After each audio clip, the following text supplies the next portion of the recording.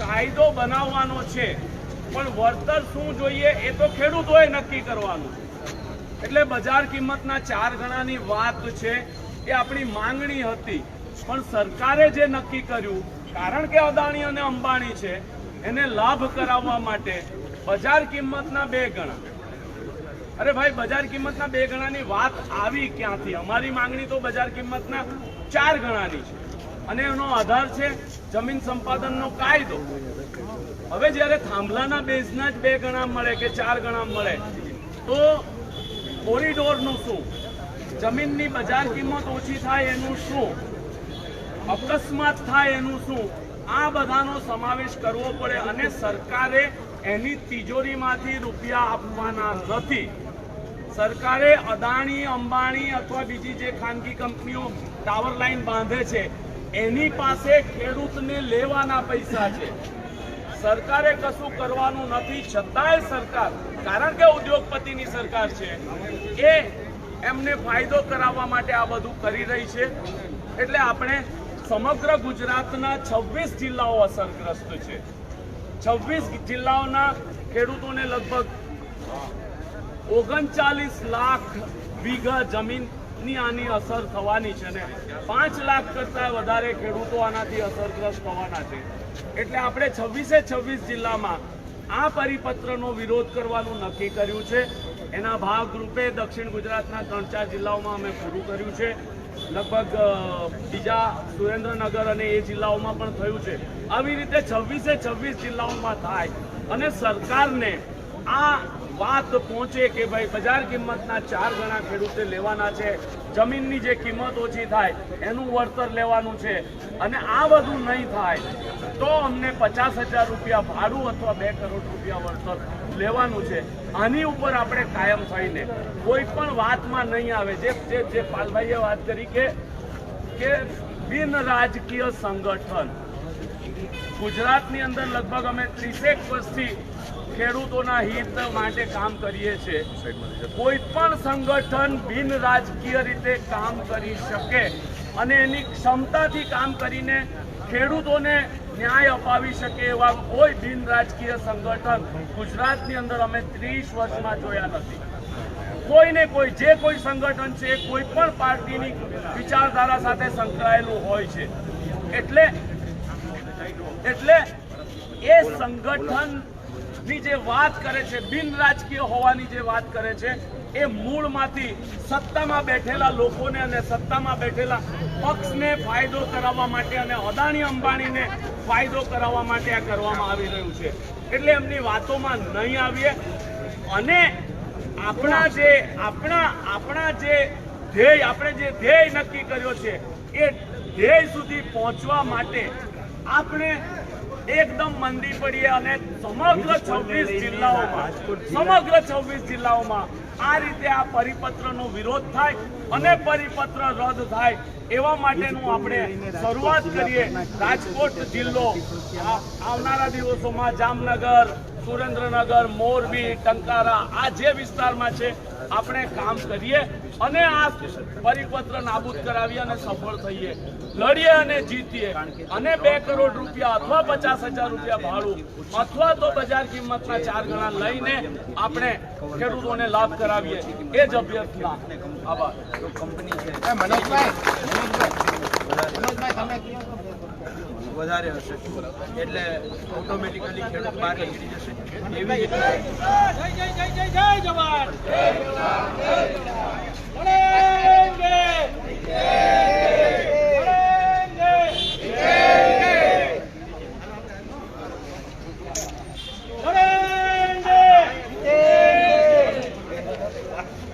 સાહેબ, અમારી જે મુખ્ય વાત, અમે છેલ્લા આમ તો 2017થી રાજ્ય સરકારે જ્યારે 7.5% વાળો પરિપત્ર કર્યો ને ત્યારથી અમે વિજિલન્સમાં સરકાર અમે સતત લડીએ છીએ કે 7.5%ના 15% થયા, 15%ના 25% થયા. પણ છેલ્લે જે રાજ્ય સરકારે 4/7/2026નો જે પરિપત્ર કર્યો છે એમાં અમારી છે મુખ્ય માંગ એ હતી કે અમારી જે જમીનની ઘટતી કિંમત છે, અમારા ખેતરમાંથી આ વીજલાઈન નીકળે એટલે અમારી જમીનની કિંમત ઘટી જાય છે. કારણ કે એ પછી માની લ્યો કે 2 કરોડની જમીન હોય ને તો એ પછી કોઈ 20 લાખમાં જવા તૈયાર નથી. એટલે ઘટતી કિંમતનો ક્યાંય કરતા ક્યાંય આ પરિપત્રની અંદર ઉલ્લેખ પણ નથી અને કોઈ ચર્ચા પણ નથી. એટલે અમારી જે અમને વળતર કરતા એમને મોટું નુકસાન છે અમારી જે જમીનની કિંમત ઘટે છે એનું. એટલે એ બાબતે કોઈ અમે ચર્ચા નથી, એટલે અમે આ પરિપત્ર રદ કરવાની માંગ કરીએ છીએ. બીજું સાહેબ, અમારી બહુ પહેલેથી માંગ છે, ગુજરાતમાં દર વર્ષે ઓછામાં ઓછા 100 થી 130 ખેડૂતોના ખેતરના પાક આ તાર તૂટવાના કારણે, શોર્ટ સર્કિટના કારણે, થાંભલો પડવાના કારણે ખેડૂતનો પાક આખો બળીને ખતમ થઈ જાય છે. એટલે એ જ અમારે એ અને ઓછામાં ઓછા 25 થી 30 ખેડૂત અથવા તો મજૂરના દીકરા દીકરીઓ આ શોર્ટ સર્કિટના કારણે કાં તો જીવ ગુમાવે છે, કાં તો લાઈફ ટાઈમ એને જિંદગીની ખોટખાપણ ઊભી થાય છે. એ બાબતની ક્યાંય કરતા ક્યાંય પરિપત્રમાં જોગવાઈ છે નહીં.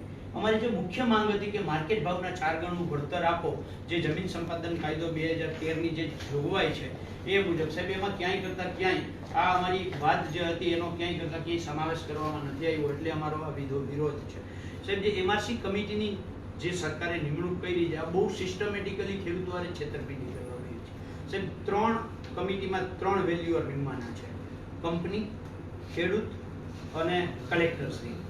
હવે એમાં એ જે વેલ્યુ નક્કી થાય એમાંથી સૌથી નીચી કિંમત પહેલા તેને ડ્રો કરવાનો, એમાંથી 2 પરબીડિયા લેવાના, એમાંથી 2 માંથી જે નીચી કિંમત હશે એનો સ્વીકાર કરવાની વાત છે.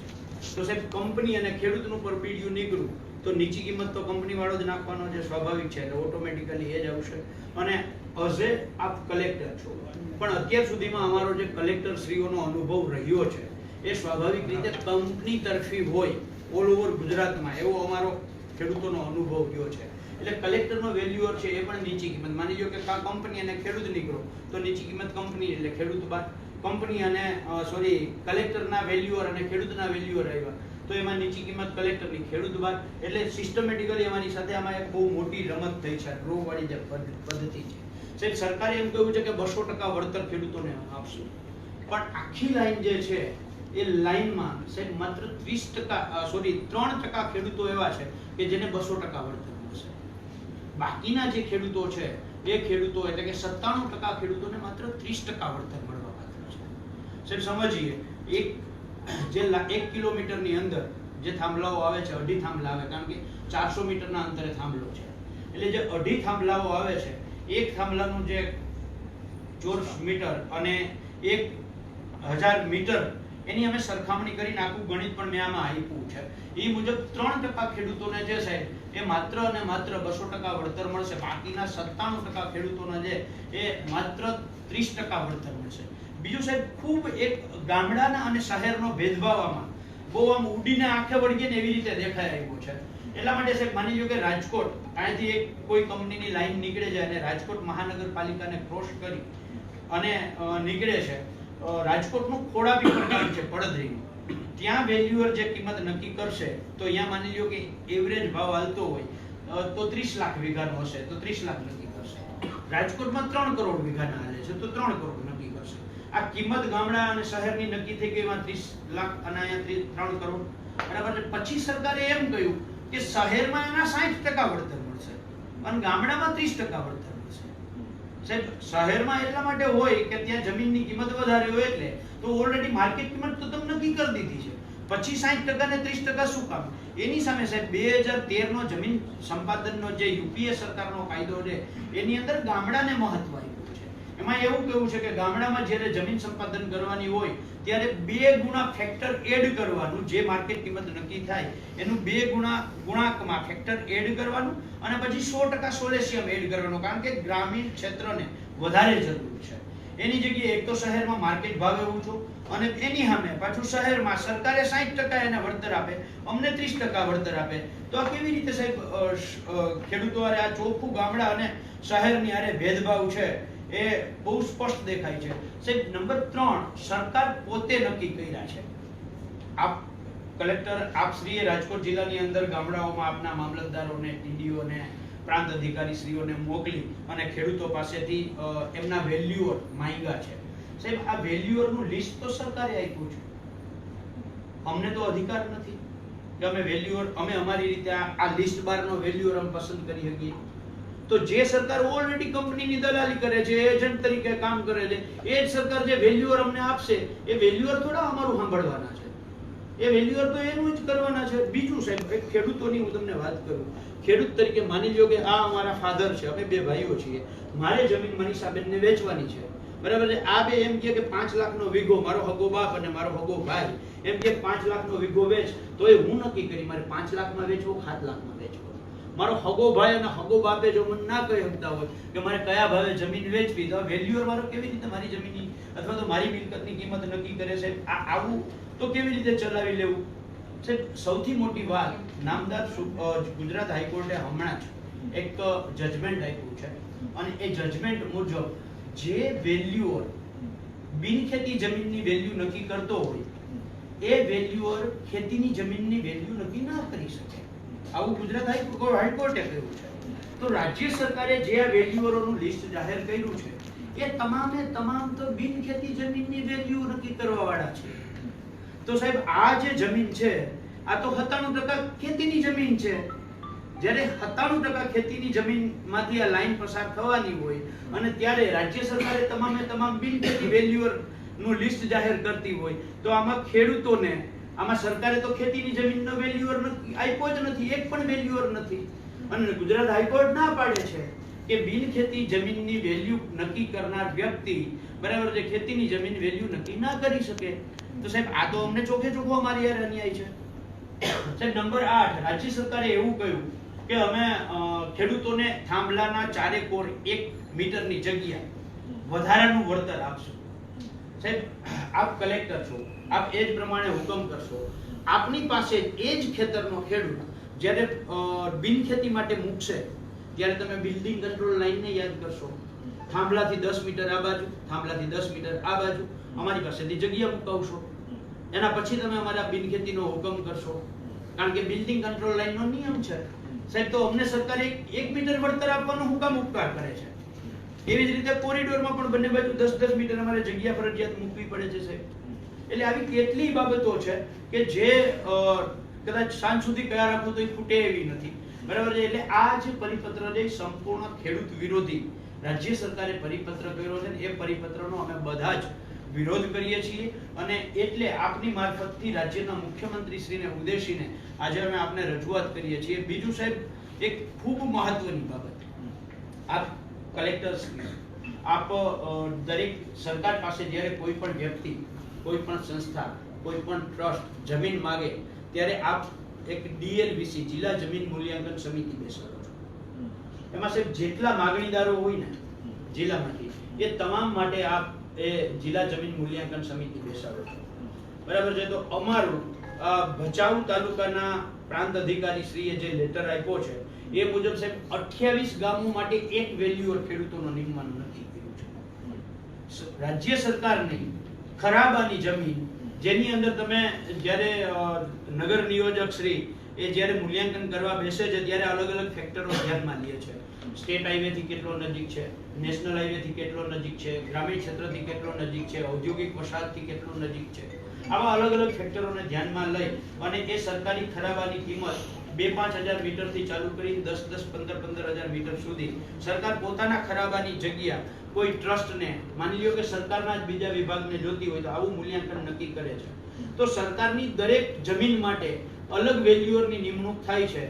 તો અમારી ખેડૂતની તો દરેકની અલગ અલગ જમીન છે, અમે માલિક અલગ અલગ છીએ. તો 28 ગામ માટે એક વેલ્યુઅર કેવી રીતે સાહેબ અમારો હોઈ શકે? એટલે આવી કેટલી વિસંગતતાઓ છે. એટલે આ બધાઈને લઈ અને આપનું ધ્યાન દોરીએ છીએ અને આપને પણ વિનંતી કરીએ છીએ કે આપ જ્યારે કોઈ પણ અત્યારે જે ગામડાઓમાં મોકલો છો, હમણાં જ કઈ 3 તારીખ ગામડાઓ રાજકોટ જિલ્લાના, બરાબર છે, હમણાં જ ખોડાપીપળમાં બરાબર છે 2 દિવસ પહેલા છેલ્લી તારીખ હતી, તમે વેલ્યુઅર આ તારીખ સુધીમાં જમા કરાવી જાઓ. ત્યારે સાહેબ અમારી વિનંતી એ છે કે રાજ્ય સરકારને કઈ પેલા ખેતીના વેલ્યુઅર તો ડિક્લેર કરે. આ બધા તો બિનખેતી વેલ્યુઅર છે, તો અમારે બિનખેતી વેલ્યુઅર નો અમારે કામ છે, અમારે તો જમીન ખેતીની છે. તો જ્યાં સુધી રાજ્ય સરકાર ખેતીના વેલ્યુઅર ડિક્લેર ન કરે ત્યાં સુધી અમે તમે અમને ફરજ જ ના પાડી શકો કે તમારો વેલ્યુઅર અમને આપો. અને આપના અને રાજ્ય સરકારના ધ્યાન માટે આખા ગુજરાતમાં જમીન, ખેતીની જમીનની વેલ્યુ નક્કી કરનારા માન્યતા પ્રાપ્ત માત્ર 3 જ વેલ્યુઅર છે મારા ધ્યાનમાં જ્યાં સુધી છે ત્યાં સુધી, બરાબર છે. માત્ર 3 વેલ્યુઅર આખા ગુજરાતના આટલા ખેડૂતોના ખેતરમાંથી વીજ લાઈનો નીકળવાની છે આટલા ખેડૂતોએ વેલ્યુઅરની જરૂરિયાત રહેવાની છે, તો આ 3 વેલ્યુઅર કેવી રીતે બધી જગ્યાએ પહોંચી શકશે? એટલે કદાચ 3:30 હોય, પણ મારા ધ્યાનમાં જે આવ્યું છે, મેં સંશોધન કર્યું અને એમાં જે મને મળ્યું છે, એટલે સાહેબ અમારું આ રાજકોટ જિલ્લાના અલગ અલગ ગામોના ગ્રામ પંચાયતોની માંગણી છે, ખેડૂતોની માંગણી છે, અમારી કિસાન સંઘર્ષ સમિતિ, કિસાન કોંગ્રેસની પણ આ જ માંગ છે કે સાહેબ અમારા તાત્કાલિક આ પરિપત્ર રદ કરવામાં આવે. સાહેબ આ સાજડિયાની ગામ છે અને આવું એક ગામમાં નહીં, અનેક ગામમાં ઘટના બની. ત્યાંથી 66 કેવીની લાઈન નીકળે છે જેટકોટ. સાહેબ નામદાર કેરળ હાઈકોર્ટનું એક જજમેન્ટ છે. બીજું રાજ્યસભામાં પણ માનનીય સાંસદશ્રીઓએ જવાબ આપેલા છે કે 66 કેવીની લાઈન ફરજિયાત કેબલથી કરવાની છે, પણ તેમ છતાંય જેટકો ઓવરહેડ 66 કેવીની લાઈન કાઢે છે. નંબર 1. નંબર 2, એ સાજડિયારી ગામ, એની આસપાસના જે ગામો છે એ જે લાઈન નીકળે છે ખેડૂતના ખેતરમાંથી, અત્યારે જે એના કાઢવું હોય ને તો સરકારી ખરાબ અત્યારે જે નીકળે છે એ ખેડૂતના ખેતરમાંથી નીકળે છે અને એની એક્ઝેક્ટ બાજુમાં સાહેબ ખાલી 2 કિલોમીટર સાઈડમાં જાય ને લાઈન, તો આખી લાઈન ખરાબામાં ને રોડ કાંઠે નીકળી જાય છે. સિંગલ ખેડૂત બરાબર, એમાં એક ખેડૂત નથી આવતો સાહેબ. 31 ખેડૂત આવે છે સાજડિયારી ગામે. બરાબર છે. અને આ વીજ લાઈનો જ્યાં સુધી મને મારો અભ્યાસ છે ત્યાં સુધી એના જે અલગ અલગ 3 રફ જે ડ્રો કરવાના હોય રૂટ, બરાબર છે, એ 3 રૂટમાંથી પહેલો રૂટ એ પસંદ કરવાનો હોય કે જ્યાં સૌથી ઓછી ફળદ્રુપ જમીન આવતી હોય. તો સાહેબ આમાં 31 એક બાજુ 31 ખેડૂત અને એક બાજુ 0 ખેડૂત આવે છે, બરાબર છે, તો 0 ખેડૂત વાળો રૂટ પસંદ કરવો જોઈએ ને. અને કેબલમાં એનો કેવું એવું છે, મારે જે જેટકોના અધિકારીઓને વાત થઈ તો એને એવું કહ્યું કે કેબલ અમને 6000 રૂપિયા પર મીટર પડે છે. ભાઈ તમને 6000 મીટરમાં પર મીટર પડે છે એટલે તમે અમારા માથે જીવતો જોખમ મૂકીને વયા જાવ છો. કાલે સવારે શોર્ટ સર્કિટ થાય અને અમારા ખેડૂતનો દીકરો કોઈ મૃત્યુ પામશે તો એની કિંમત કેવી રીતે નક્કી કરશો? એની કિંમત નક્કી થાય કોઈ દિવસ? એટલે આ 66 કેવીની લાઈન આપણા ગુજરાતમાં પણ ફરજિયાત કેબલથી કરવામાં આવે, બરાબર છે. નામદાર કેરળ હાઈકોર્ટનો જજમેન્ટ હું આપને મોકલીશ છે, બરાબર છે. એટલે એ મુજબ દક્ષિણ ગુજરાતમાં 66 કેવી નું ટોટલી અંડરગ્રાઉન્ડ ટ્રાન્સમિશન થાય છે. અમારા ગામના કેસમાં તો સાહેબ 1.5 વર્ષ કે તો અમે આવી છીએ આપની તમામ રજૂઆતો જે છે સરકાર સાહેબ અમારા ગામમાં છેલ્લું લીલી સાજડિયારી ગામનું આવેદન છે. લાસ્ટ બધા છે, મેં બધા જોઈ લીધા છે. આ 2-3 આ બીજા જિલ્લાને લઈ આવ્યા. સાહેબ અમે જે બી લોકોનું કહેવાનું એવું જબરજસ્તી કાઢવાની છે, ગમે એમ કરીને કાઢવાની વાત સરકારને મોકલી. વૈષ્ણવજન તો તેને કહીએ જે પીડ પરાઈ